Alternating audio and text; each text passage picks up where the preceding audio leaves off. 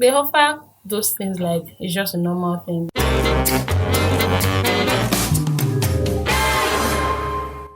Hello, guys, and welcome back to my YouTube channel. If you are new here, thank you for stopping by. Please don't make it your last. And if you're a returning subscriber, thank you for staying true to this channel, and I love you. And if you are yet to subscribe and you're just watching, please do well to subscribe to this channel. Also, like and comment below more videos that you want me to upload on this channel. Today, as you can see from the title, I'm talking about cultural shocks that I've experienced since I moved to the UK. As these are still shocks to me, I have tried to instill some of them and they are no longer looking weird to me anymore. So, number one on my list today is the greeting. Yes, greeting. In the UK, yes, since I moved in, when people say hello, how are you, and the way we greet in Nigeria, Africa to be precise, the way we greet, maybe you can just stop by and say, hello, how are you doing? And the next person says, oh, I'm fine, how are you too? All those long greetings and all of that, they are not necessary here.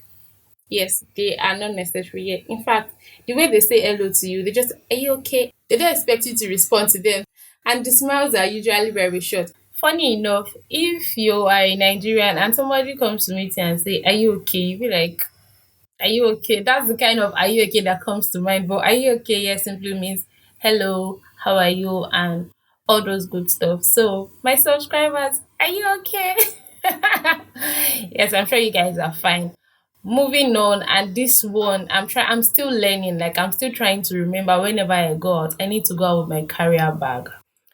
You have to go out with your carrier bag in this country. Whatever you call it, carrier bag, plastic bag, nylon, anything. If not, you are going to be paying for it. Yes, you are going to be paying 20p, and some stores you are going to be paying 30p for carrier bags. I wonder why it's like that in this country, because in Nigeria, you can even tell the woman or the man selling to you that, can you please double the bag for me, or can you please double the nylon for me, and they will do so gladly. But yeah, you have not even bought one, you're expecting somebody to double it for you. So whenever you need to go out, whenever you feel like okay, you might stop on the way to get something in any of those stores, it is very important for you to go with your carrier bags. If not, you'll pay extra for it. Talking about supermarket, and mind you, if it's in my face going left and right, I made some jottings, like I made a list of those cultural shocks because there are quite a number of them and I might forget. So I want to give you the real gist. So I noted some of those stuff down. Moving on to the supermarket section. Yes, in this country, or for me, all of these shocks are, in my opinion, it might not be a shock to you or to the next person watching this video. So, just to take you back to the beginning, they are all in my opinion. So, moving on, I feel like in this country, you can really tell the caliber of people by where they shop. So I'll go like in Waitrose and M&S. I feel like they're for the high caliber people, they're for the rich people. If you want luxury goods, if you want luxury shoppings, you can go to Waitrose, you can go to Sainsbury, you can go to Marks and Spencer to do all of those shoppings. And then for the medium or average people, I think Asda and Tesco would fall under that category. And then for students or somebody like me, let me put it that way. For student and some and maybe some regular persons can as well shop in Tesco Express, Adil and Lidl. Those places are discounted supermarkets and you can get affordable stuff. They are not substandard, they are just very affordable for all and sundry. So shopping in those stores does not make you poor, does not make you look poor. It just tells that okay, you just want to grab one or two things and then you are not looking to shop from luxury stores like Waitrose and the rest of them that I mentioned earlier.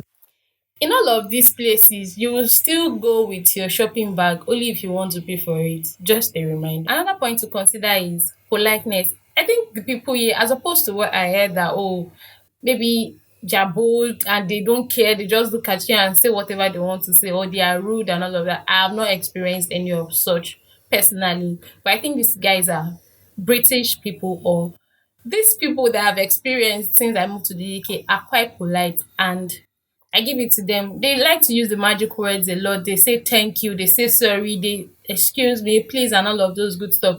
And they don't just barge into you or say stuff without including all of those magic words that I mentioned earlier. For example, when you go to stores or when you are outside or in any of those places that you go to, I think it's their culture or their way of life for them to hold the door still for the next person. Ha! Who does that? When everybody in Nigeria, you are rushing to maybe to get something, or you are rushing out, or you are doing something, something, or you're sure rushing, because I know in Nigeria you shall rush to do any of those things.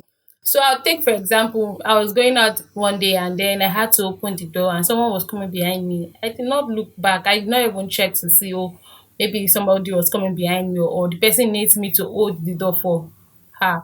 And then I left. So I think days after, same place, I was coming in and someone was in my front and then he had to hold the door still till I passed. And then another woman was coming with a baby and this same man held the door still till I passed and the woman with the baby passed before he left. Nice. That's not the first time I've experienced it since that day. I think it keeps coming, and then now I can hold the door for you.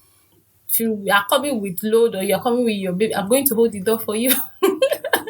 And then you take the door, then we move on like that. I think it's just a way of life and it is very good. Talking about politeness, in Nigeria, when you look at your parents like eyeball to eyeball, trying to maintain eye contact with them when they are talking, it means that you are rude. Maybe the part of the country where I come from in Nigeria, it means that you are rude. But in this place, if you're talking to somebody and you don't maintain eye contact with them, it means that you're actually rude and maybe you're not interested in what they are talking about. So if you are coming from a place where maintaining eye contact is a big deal for you, you have to learn it here, just so that you can show that you are interested in what the person is saying, and also to show that you are not rude to the person. So be it your boss, be it your subordinate, your friend, your colleague, anybody you're talking to here, you have to maintain eye contact with them. They call it politeness and it means that you are interested in what they are talking about. Moving on, let's talk about the major one, the cocoa of the matter. Is public drinking. Guys, these people drink like they drink anyhow, anywhere, anytime. Add it. Anything you want to just include in that sentence, please add it. I don't know. You can Google it, you can check. They drink a lot. Like, I'm still in awe of their drinking habits in this country. Some people are drunk, like they get drunk as early as 7 a.m. Yes, I have facts. Like, not once, not twice. I'll be on my way out and I'm seeing this woman or man is completely drunk. Láàárọ̀ kùtùkùtù, early momo. Ah, àfi sùúrù.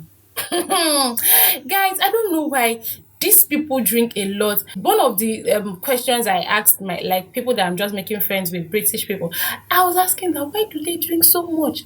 And they said drinks are cheap, beers are cheap, and then some people just prefer to drink other than drinking water or taking frizzy drinks. How? Who does that? Like, who does that? Small sun will come out like this, the pub place is filled, restaurants they are filled. If they are not fine dining restaurant where they cannot get beer, those places will not be filled. But you see all those roadside bars and pubs, they are already filled. You can get beers of £1, less than £1. I think beers are actually very cheap. Maybe when I'm trying British food in my next videos, I will buy a beer. Me or mom, I don't drink beer, but I'm just going to buy it to show you guys the price and how cheap this thing is. They drink a lot, like they drink a lot. I think it's their culture. I think that's what they are used to. But I'm surprised. I'm still surprised that they drink a lot. This also goes for cigarettes. They take cigarette a lot in this country. I think it's because of their weather. I think I have excuse for them on that. They take cigarette a lot, electric cigarette, normal cigarette, anywhere, anytime. But the thing is, they don't take cigarette in some houses, because when you're going into a building and probably you like to take cigarette or you do take cigarette, there is a notice outside the building that says no smoking here, and then there is a place in that building that will show you that this is the smoking area. So it means that you can't smoke in the major building, but there is space for you to smoke, like a special place for you to smoke. Because some of those places, if you smoke close to those buildings where they say no smoking area, the smoke alarm is going to come up and it's always very disturbing. So they give you a space where you can smoke. Smoking, drinking, they are like this. They are like this in this country. I'm still shocked, but I think I have to get used to it. And they offer you to smoke as well. They don't even guess whether, oh, you are not smoking or you don't like smoking. Do you want some? Do you want to have a drink? Do you want, they offer those things like it's just a normal thing, but it's not the normal thing for me. I mean, from where I came from, it's not normal. They see people that smoke in Nigeria as irresponsible people, yeah, but these people here, they smoke and they are responsible, at least. You see this shock I want to talk about now? It happened to me first before I experienced it again as a shock. If you don't get it, forget about it. Transportation. I will share a story with you. So that day I was going out and I just stood by the road and I saw the bus because I've been going out with Uber and then this thing is taking my money. How shall these things be Uber every time? No, it's not possible. So I said I'm going to try taking a bus that day. And by the roadside, I saw the bus coming. People were in the bus and I felt, oh, this is the bus I'm going to take. And I did like this. The bus did not stop. The second one passed, I still did like this. The driver was looking at me and I noticed that the passengers as well, they were looking at me. So you know what I did? I moved closer to the traffic light. So when the traffic light turned red, I still did like this for bus to stop and carry me. The bus did not stop. I'm sure a lot of them in the bus would just be like, Sheshe Delele, this is real JJC. And yes, that was one of my JJC experience in the UK.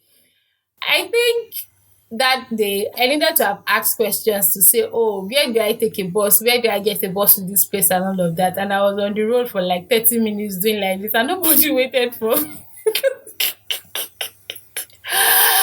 until I moved to the nearest bus stop. So in this place, you have to be at the bus stop to take a bus, and you also have to check the bus schedule before you can just go out or say, "Oh, I'm going out and I'm going to pick a bus on the road, and the bus is going to stop you somewhere." Rara, it doesn't work like that.